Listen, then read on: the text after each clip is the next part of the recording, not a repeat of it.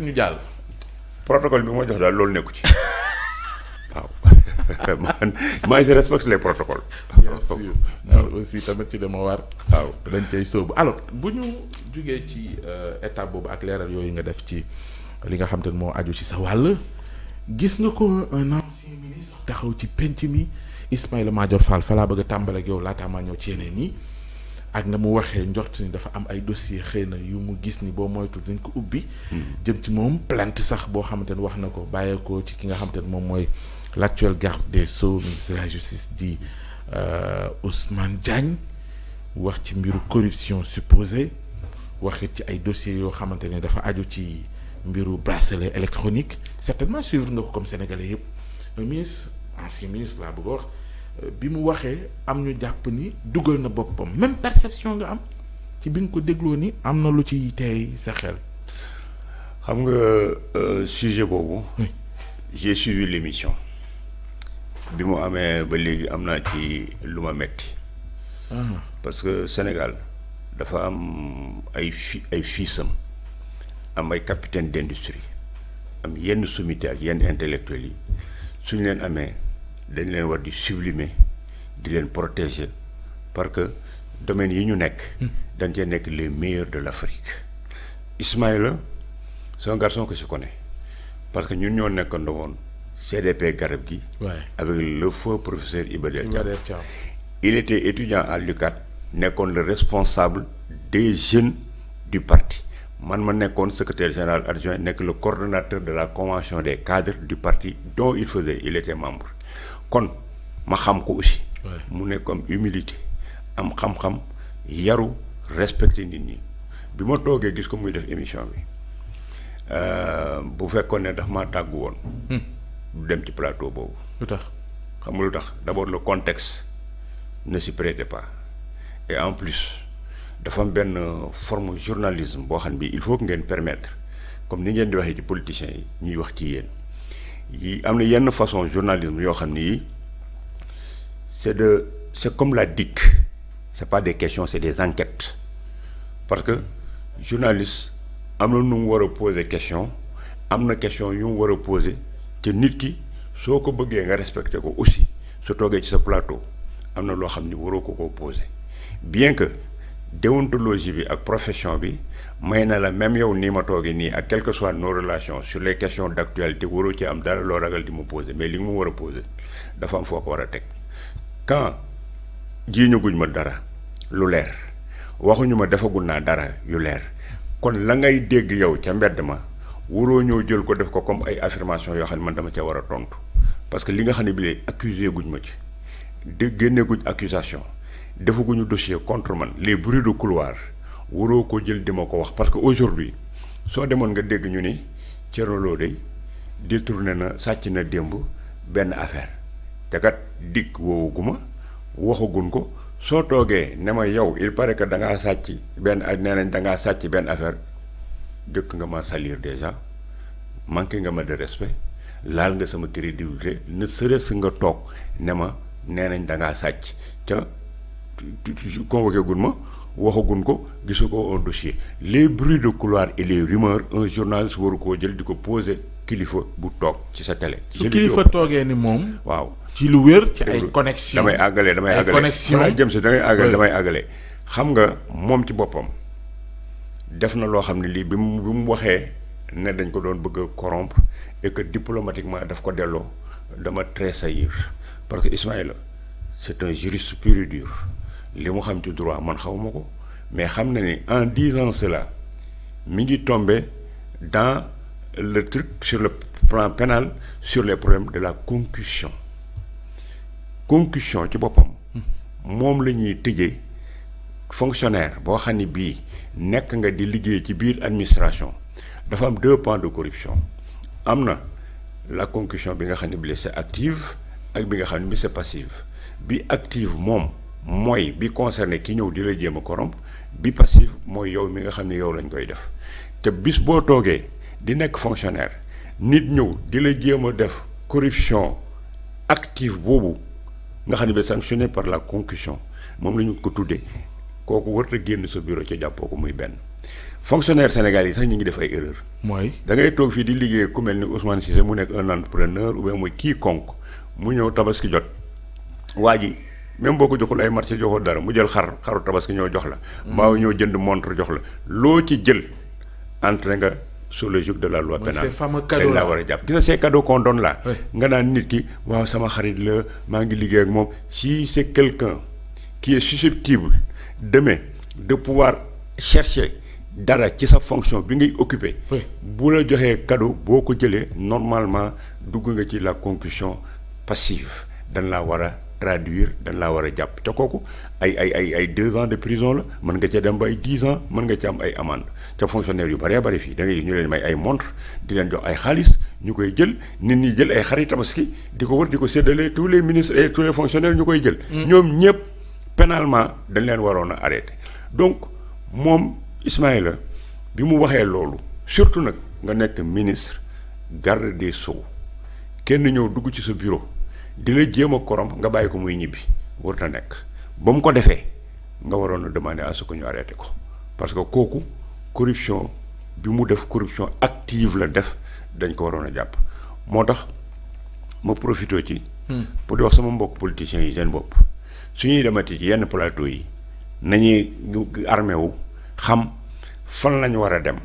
parce que les affinités que vous tissez avec les gens là boo ñëw fii nga naan grand nangam mel ni ku dem dig boo fa demee da ngay gars yi gis la man bañ ma fi ba ma Macky Sall yóbboo laaj rek la ñuy def ba ma Macky Sall yóbboo dig ci affaire homosexuel laaj rek la ñuy def déglu laaju leen yomb na nga jël da ngeen rek di rek nax xëpp ko nit ci ñi kaw. gis nga ba yaa ngi wax enquête gis nga yow dama déglu ñun c'est permis ñu def ay enquête dama déglu c'est yéen permis ñu def ay enquête bu ngeen defee suñu métier may nañu am na yoo xam ne su ngeen ko waxee dañ ne leen serait-ce te war a que dañ leen te war a pour porter informer plainte. le public non bala nga dañuy dugg am yu leer Ousmane ñoo teg ko ci penc bi c'est permis si suñu métier Ousmane damay non président loolu da nga ci war a génn investigation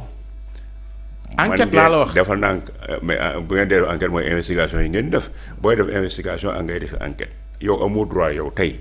ma toog fii sa plateau nga ñëw di ma wax ay problème mu ay sàcc ak ay affaires yoo xam ne yii dossier bi mënoo ma koo tegal sama bët gisoo rapport buñ la won yow nga mën ma ko waxal bu may wax ak yow mais nga dem gis benn waay bu nekk fenn ñun la il paraît que Thierno Lo de ñoo ngi koy topp ci benn affaire mel ne ma ñëw toog ci plateau bi nga dema il paraît ñoo ngi lay topp benn parce que boo nekkee porté le c'est plainte léger li nga wax ni déet xam nga c'est pas léger est-ce que ci émission bi da ngaa gis ñu génneel la fa un dossier qui parle des bracelets est-ce que ci émission bi dañ laa wax l'accusation bi nga xam ne bi moom la ñu def kii moom xamu ko sax parce que su demee fële ci lañ koy soog a wax le dossier d'accusation on vous dit on convoque des ministres ces ministres là vous ne savez pas pourquoi on les convoque mais moom mi intéressé moo ko wax déglu mais moom selon ay connexion déglu ma dama xam na ci lu wér ni xam nga yow dañ ko informé xam nga fi ñuy differ li ma lay wax li ma lay wax déglu xam nga maa yow il faut que ñu nekk sur les mêmes longueurs d'onde xam nga le fait que mu dem obligé ba tontu ma nga tontu parce que question bi dañ ko posé question bi laay wax posé bi laay bañ a wax mais bi ñu ko posé question bi il est tombé dans un piège qui l'a poussé à faire des révélations yu mu wartoon a def parce que moom bracelet yi yooyu ñuy wax nee na dafa nekkoon ministre garde des Sceaux am na fay ay xarit dégg na xam nga moom réponse lay joxe foofu noonu mais dossier kenn joxagu ko kenn accusé gu ko kenn defagu ko dara donc il devait pas répondre de ces choses-là et on ne devait même pas lui poser cette question mais en passant je déplore ce qui s'est passé parce que ce garçon ne le mérite pas c'est une sommité boo xam ne bi d'abord ça va rester comme une tâche sur son parcours te booy boobu mës sa am lu dul di def ay réformes ba ñu tuddee ko un tailleur bi ñu ko tuddee woon c'est parce que il a la connaissance il maîtrise le droit et il sait aider pour des réformes et des trucs comme ça loolu lu rafet la mais léegi nag dina toog nekk benn tâche ci parcours am parce que li ma la wax conclusion nii heure boo toogee demee nga cliquer ci internet di nga gis passage am ñu koy traité de quelqu'un qui a pris des trucs de 50 millions ku ñu jox affaire bracelet comme man li ma lay wax ci affaire concussion boobu xam nga man fi ne nii gars yi bu ñu ma bëggee attaqué xam nga lu ñuy def dañuy wër gis na Thierno Lo amul suuf amul xaalis benn rapport épinglé nga ko xam nga bu ñu waree Google bu ñu dugalee Google xam nga lu ñuy gis Thierno Lo affaire Madiambal Diagne moo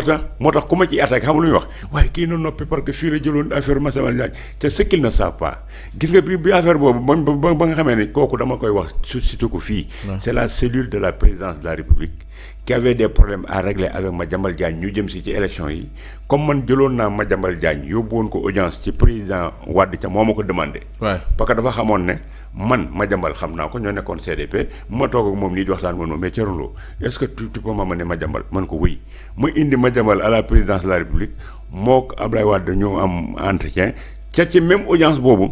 ci laa réglé audience su ndem si yàlla Babacar Touré. ci lañ leen Abdoulaye Wade delloo seen terrain bii ñu amoon Lamine Gueye tu te souviens. ci lañ leen ko delloo. ca laa réglé woon aussi pour que président de la République recevoir ndem si yàlla Sidi Lamine Niass mi ngi àndoon ak Tidiane Kassé. li neex ci àddina mooy wax mooy nit ñi dañuy dund. parce que Sidi Lamine daf ma seet si woon ànd ak Tidiane Kassé parce que j'avais proposé à Sidi ne ko ñëw leen comme il y a un organe africain bugguma tudd turam. qui devait prendre en charge la défense de l'Afrique et vous donner la voix organe boobu deful li mu war a def dama bëgg nga ñëw mu yóbbule ci Abdoulaye Wade bu ko defee les présidents africains vont mettre des ressources ñu créer un journal africain de renommée boo xam bi dafay porter la voix de l'Afrique et qui va vous défendre. mu ànd ak Tidiane Kassé ñëw seet si ma ne ma waxoon nga ma ko fi damaa bëgg nga wax président bi nañ dem ma gis ba indem si yàlla Babacar Touré gis ko moom Babacar ne bu ñu ko defee moom day joxe terrain bu mu am Somone pour que ñu def foofu le siège de ce journal là. ma dem ci Abdoulaye ba ma ne keroog loolu laa fa réglé fa terrain wu waa sud yi ba pare ne président Wade 17h ma indil la Madiambal foofu mu ñëw fa 17h ñu toog ci audience bi ñu toogee ci audience bi bañ fa jógee gars yi bëgg koo rey daal di ne ci audience boobee mu demoon. jox nañ ko fa 200 millions Thierno Lo lañ ko jox affaire yooyu. man ba ma ko déggee ma dikk toog Abdoulaye Wade woo leen ñu ñëw ñu ànd ak laa awal la xawma am na benn daam bu nekkoon seen rédaction bi ñu ñëw toog Abdoulaye ne leen Thierno Lo n'est pas mon porteur de valise kii soquma ak moom affaire xaalis ay nit la ma fii indil maa ko waxoon na ma indil ma jamal joxuma ko xaalis bàyyi leen ko soo leen porter plainte vous allez avoir des problèmes léegi dossier bi amul foofu de man maa ne kii dañ koy topp ba mu jeex ndem si yàlla sama xarit Mame Less Camara dikk ne ma Thierno je te connais tu es mon ami sa intégrité du ma ko discuter benn yoon léegi affaire bi dañuy dem ba ca commission concussion ñu yóbbu ko concussion def enquête ba langue yi délié wu. ñoo xam ne ça c'était un combat boo xam ne Thierno Lo yoonam nekk ci woon ñu seetal ma bii yoon itam buñ lay jàpp ci concussion boobu ci leen lay jàppee. ci la gars yi def ay enquête parce que j'étais booba ministre dañ ne donc su fekkoon ne affaire yooyu amoon na damay tomber sous le joug de la corruption passive ou active l'une de deux bu ko defee yoon day dal suma kaw mais nag dañ maa seetal parce que damaa set léegi nag loolu bu ma ko évacuer fi ne nii képp ku fi jóg may dafa yow émission ngay def lu ne. da nga anticiper parce que dama cee bëggoon Google dama la koy wax nag dama cee bëggoon dugal yow nga professeur pour wax la ne man yàgg naa toog fii dem naa fii seen dem si seen naatangoo Walfadjri seen salon yooyu ñuy def. salon bi ma dikkee toog commencé émission bi dama leen ne je vous donne autorisation du ma porter plainte kenn du ma def kenn toog naa fii yéen a ngi ak seen i téléphone nit ñaa ngi leen di woo lu ci waay xam ci man lu dul diffamation na nga ko wax fii. c'est sans détour sans limite bu ma kenn rus ci dara. téléphone yi commencé daw ñu google. Madiambal la ñuy gis man li taxal te loolu moo tax ma dafa sant yàlla suñu borom dafa posé wu ci un ancien ministre. mais bu ma la déggee da nga ne c'est malheureux su doon ni déglu na la du doon def sortie boobu da ngaa gis ci loo xamante ni. jar na du dem ci plateau bi jar na bi mu defee plateau bi. ba déclaration yi def. le contexte ne se prête pas te comme tudd nañ turam ci ay dossier bu mu fa dem. j'en viens dama bëgg a wax ne est-ce que da nga gis ci ay déclaration loo xam ne jàpp nga ni lii kat ay la yëwan jar na justice lijjanti ko. non c'est que moom am na conviction que ne am na lu ñuy gëstu yu ñuy seet. boole nañ ko ci ñi war a ñi war a entendre. kon ça veut dire que am na lu ñu ko toppee am na lu ñu koy taqal xamuñu ba xam dëgg la ou bien du dëgg. mais jar na justice càmbar ko ci yow. jar na justice càmbar ko. ba xam lan la ba xam jar na ou bien jarul. parce que gisuma accusation xawma lan lañ koy jiiñ mais ci li ma déglu ci li journaliste bi doon wax moom. journaliste moom mi ngi doon wax ne ñu ngi koy topp. ci lii nee na ko bracelet yi. nee na ko wax na sa 200 millions. wax na ay 150 200 tudd na affaire xaalis daal. kii itam bi muy tontu accepté na conducteur de travaux ñëw na bugg koo jox 50 millions mu delloo ko de façon diplomatique ce sont ces termes. Ouais. Donc ça veut dire que y a matière li ma koy wax mooy benn wartoon a dem ci plateau boobu ci contexte bi deuxièmement wartoon a tontu loolu parce que man su fekkee joxugoo ma sama accusation la ngeen di ruuma naat foofu du ma ci tontu du ma ci wax tant que tegul leen ko ci suma loxo mais léegi nag en voulant répondre ci ay supposé ay il paraît que dem na ba joxe léegi nag benn piste. ban la su ko gars yi amul woon mais c'est lui qui a parlé de la tentative de corruption. booy waxee tentative de corruption mais gars yi bu ñu la toppee et puis ñi di wax ak yow c'est des professionnels du droit. xam nañu le code pénal quels sont ces articles les articles 156 157 et consorts. moom mooy dikk yoo xam ne mën nañu la koo teg suñu la ko tegee c'est ta parole contre celle de l'autre. mais dans tous les cas li ñuy gars yi di téye mooy il y a tentative de corruption. mu am leneen lu mu wax tamit Thierno Lo parce que ancien ministre moo tax ma bëgg peut-être sa éclairage moo dimbali ñu ci mooy li mu ne même collaborateur bi mu ko indilee entrepreneur boobu après bi mu defee li nga xamante ne moom mooy maanaam projet bi mu leen ko expliquer ñoom dañoo gisoon ni c'est le meilleur ci ay termes mais après lay soog a xam ni ndekk entrepreneur boobu noonu am na lu matalul bokk na ci sax maanaam situation financière bu koy permettre mu mën a exécuter projet bu ni mel noonu lay demee maanaam un ministre nga ñëw même bu dee man sa collaborateur la ne la kii de mooy kii gën rek ci saa si ñu attribuer ko marché bi sans pourtant mu am enquête derrière pour ñu xam entrepreneur boobu noonu ginnaaw exposé boog la mu wax ni loolu la mu am enquête derrière buy firndeel sax ni kii kat ay la yëwan li mu wax nii am na. d'abord kooku am na ñaari affaire état bi bu fekkee ne dafa am ay travaux ak affaires yu mu war a joxe le principe c'est un principe d'appel à la concurrence. soo amee un projet boo bëgg a def de cette nature avant ngay dem di def ce qu'on appelle les échanges marchandises là. bala nga koy def laajal ba xam nga lancer consultation laaj ba xam est-ce que amul ñoo xam ne ñii mën nañoo ñëw pour def projet bi parce que y a des gens qui peuvent faire de l'autofinancement. waaw bu ko defee boo defee procédure boobu sottiwul ke état bi amul xaalis pour jox ko nga demander autorisation même pour passer ko en entente directe à une société. te bala ngaa jël société bi. peut-être que c'est mon expérience qu'il dit gis nga les gens il faut qu'ils prennent l'habitude de regarder les références des entreprises référence entreprise sax dafa doyul parce que soo laajee référence entreprise da nga war a xool est-ce que am nañu ay certification ça veut dire que ne est-ce que am nañu ay ordre de mission est-ce que bi ñu paree am nañu ay réception dûment signé loolu doyul soo paree maintenant tu dois faire la visite des sites des entreprises xool ba xam fan la ñu situé lan logistique la ñu am bu fekkee ne dañoo war a def des opérations de garantie nga xool est-ce que am nañu ay magasin de service après vente bu ko defee nga xam kii may demal lan la ba pare nga laaj ko est-ce que am na ay quitus fiscaux beneen bi ci des nga am xool situation bancaire am des fois même les gens vont des fois même jusqu'à demander des bilans dans les 3 derniers bilans et des trucs comme ça donc c'est toute une procédure bu ñu def boo xam ne bii pour que le choix de ki la war a liggéeyal état bi daf cee def ay jumtukaay ak itam dafa am ay procédures yoo xam ne boo ko respecté loolu du la ci dal.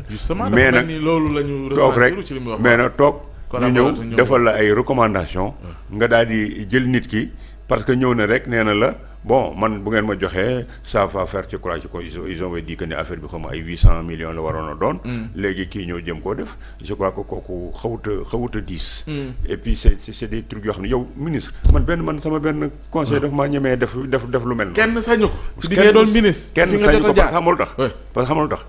ñoom gis nañ ma samay réunion de coordination samay principes yi may décliner. benn 2 xam nañ sama parcours am na yoo xam ne dama ko maîtriser xam naa ko kenn ñëwuma koo digal. kenn du ko def. kon buñ ko sañee ñeme ci nit lan la ci doxalinam la wala ci waxin. non c'est que booy soog a ñëw xam nga les fonctionnaires là am na benn habitude bu nekk ci ñoom. xam nga ñoom c'est des sédentaires yàgg nañoo pratiquer sooy soog a ñëw di nekk ministre c'est comme ñu jël rek comme benn novice buy soog a ñëw. boo xam ne mën nañoo ñëw pour wax la lu nekk dugal lu nekk ñoom seen bopp sax da nga leen di fekk ñu yor seen ay intention yor seen ay projet soo dikkee ñu toog daal di lay dugal ci affaire yoo xam ni yow doo xam nu mu demee. mais su fekkee réunion de coordination bi ngay jëkk a def ak say ministre affaires ak les entretiens yi ngay defa ñoom xam nga boo soo ñëw nekk ministre quelque part xam nga da ngay def directeurs yi da nga leen di recevoir ñoom one by one ku ci nekk ñëw wax la secteur am ak affaire yooyu ñu dem gis nga sa travail de prise de contact là foofu ngay wane sa coefficient pour xam yow yaay kan parce que liñ lay jox ci ni ngay discussion ñoom bu ñu génnee xam nga la leen wax che ministre bi attention de nii la mel mais bu fekkee da nga ñëw ñu blague boué leen gis nga bu ñu dikkee jaxasale gisoo dara bu ñu génnee daaw kii il comprend rien de ce qui se passe soo toogee réunion de coordination ñu lay déglu ñuy wax dossiers yi soo fa toogee wax boo génnee am nañ une idée ci yow bu ñu amee ci idée ci yow nag moo tax nag ñoom ñuy def lépp lu leen neex mais soo leen wanee ne am nga jaar-jaar 2 am nga formation 3 pratiquer nga 4e nga décliner ni ngay demee ak ñoom les principes il faut les décliner à la première réunion de coordination suñ fa jógee ci la ñuy xam ak itam bu nu wéeteeg yow nga wax leen li nga leen wax est-ce que tu sais j'avais fait une chose est-ce que xam nga man nekk naa ministre de l'environnement ak tourisme ak artisanat amul sama benn directeur boo xam ni am nga fit toog ak man wéet sama bureau di wax ci sa moroomu directeur maa ngi wax leen parce que dama dikk réunion de coordination man leen écoutez je ne permets à personne après les réunions de coordination de venir dans mon bureau pour me dire des choses yoo xam ni waroon na ko wax ci réunion bi ci waxu ko fi parce que si vous parlez pour defar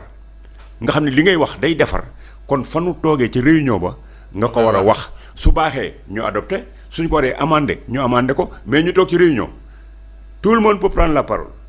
jëloo parole ñu discuter des problèmes du ministère nga noppi ba nga monsieur le ministre est-ce que je peux voir dugg naan ma oui le directeur des parcs nationaux ce qu'il a dit moi je pense que yooyu gis nga yooyu xam nga loolu ku waroo koo nangu parce que soo fekkee dafa am lu muy wax ci parcs nationaux yi mbaa mu koy ci direction des eaux et forêts mbaa mu koy wax ci beneen entité ministère bi fi ñu toog nga xam tous les directeurs ñu ngi toog su buggee defar fa la koy waxee gis nga cette démarche là moom lay def man même man sur le plan politique dama naan li ma nit mënta wax ci réunion bu génnee bu ma ko wax et je n'aime pas les bruits de couloir moo tax dañ naan Thierno Lo soo koy wax wax ko loo xam parce que soo ko waxee dana ne Ousmane Cissé moo ma ko wax affaire yooyu gis nga loolu dafa ma dimbali am na foo xam ne sax am na lu ma fa yàqal mais loolu moo gën a tuuti parce que des fois dañuy toog ba ma yàqule benn affaire ñu ma xamoon nañ ko de parce que gisoon nañ ko ci moom mais loolu moo ma gënal ngay toog doo wax ba pare di ma tàqale ak samay nit ak di ma wax yoo xam ni yii tegoo ko fenn sa intérêt personnel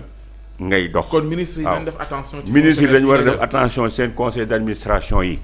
lu fa waay waxul ci biir conseil d'administration buñ ko may mu wax ko ci biir bureau ba parce que loolu du luy defar. te ki la fekk muy président de la république sax ak premier ministre ku mun di doon quand tu es un leader gis nga am na nit ñoo xam ne ñii fonction yi moo leen intéressé du yow nit ki yaa leen intéressé. am na nit ñoo xam ne bu dikkee di la wutal ay noon bëgguñu la bëgguñu réew mi seen bopp rek lañ bëgg parce que. bu ñuy wax président de la république ak directeur ak ministre kenn waru leen wutal ay noonu da nga war a ñëw di fructifier li ñuy def te nga ñemee dëgg ca di ko wax te fa nga koy waxee mooy ci réunion ya mais à part yii ñuy def dikk di la seet di la def salutation di la wax nga defe ni yow lañ àndal ànduñu ak yow fonction bi la ñu àndal te bis boo nekkatul ci fonction moo tax ñoom ministres yi di vivre la solitude parce que suñu nekkee premier ministre ba nga nekk ministre ba nga xam ni génn nga ci ndomba tànk bi soo toogee sa kër nga vivre ce qu'on appelle la véritable solitude parce que solitude boobu li tax nga di ko vivre c'est que nit ñi du sa personne moo leen intéressé fonction bi moo leen intéressé comme fonction bi moo leen intéressé su ñuy wax ak yow nañ wax fañ war a waxe te bu ñu wéetee dikk di wax bëgguñu la bëgguñu fonction bi liggéey bi ngay liggéey seen bopp lañ bëgg parce que bëgg nañ nga dàq nii jël ma bëgg nañ nga di ma déglu may ñëw ci yow di am li ma bëgg di yàqal ñeneen ñi ci des kon dafa am posture bu responsable war a am di moytu di gëstu di seet ba nga xam ne bi leneen li si nag yàlla moo lay dimbali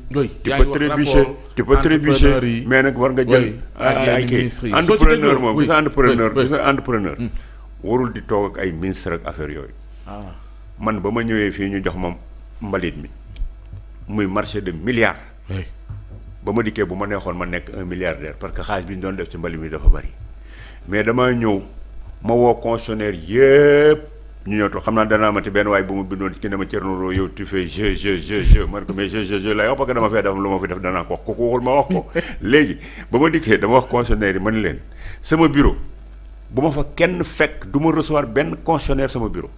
salle de conférence bi la ñuy réunion ak waa AMA Sénégal ñi ngi may dégg ñoom Madani ñi ngi may dégg mi ngi dund Madani si xam nga ko ma ne ko léegi waa AMA Sénégal yii ak samay CT ak yéen constitutionnel salle de conférence lu ñuy wax ci mbalit fa lañ koy waxee parce que je ne bouffe pas l'argent des ordures gis nga amul kenn ku ci mos a dugg sama bureau di traiter benn problème te ba ma ko defee mais liggéey bi dafa jaar yoon nekk naa bu jógee foofu soo dégloo ñoom daawuñu gréew